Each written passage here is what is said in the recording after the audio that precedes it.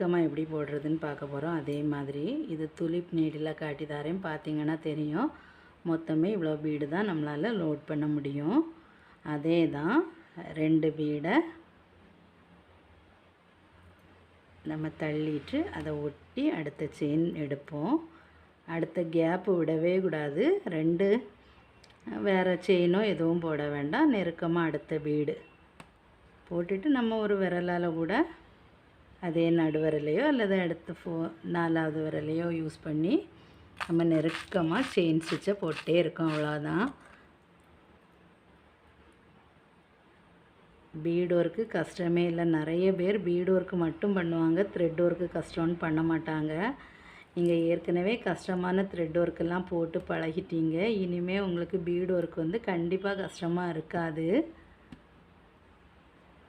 First 2 நாள் போடும்போது கொஞ்சம் கஷ்டமாக இருக்கிற மாதிரி இருக்கும். பழகுங்க, 2 நாளையில் ரொம்ப ஃப்ரீயாக கற்றுப்பீங்க.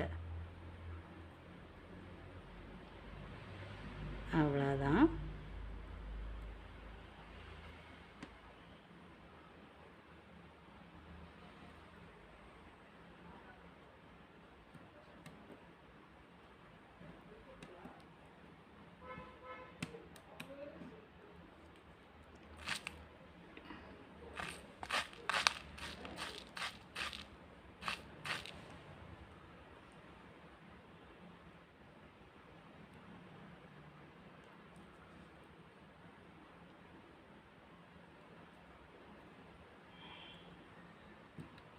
இப்படியே தான் தொடர்ந்து பண்ண போகிறோம். 2 பீடை தள்ள போகிறோம். நெருக்கி வச்சுட்டு அதை ஒட்டியே நீடில் குத்தி இன்னொரு லூப்பை எடுக்க போகிறோம்.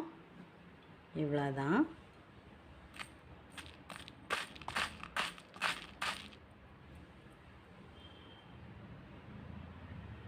இப்போ நான் பண்ணும்போதே உங்களுக்கு தெரியும், ஒரு சின்ன லைனை பண்ணுறதுக்கு எத்தனை நேரம் நம்ம நீடில் லோட் பண்ண வேண்டியது இருக்குன்னு.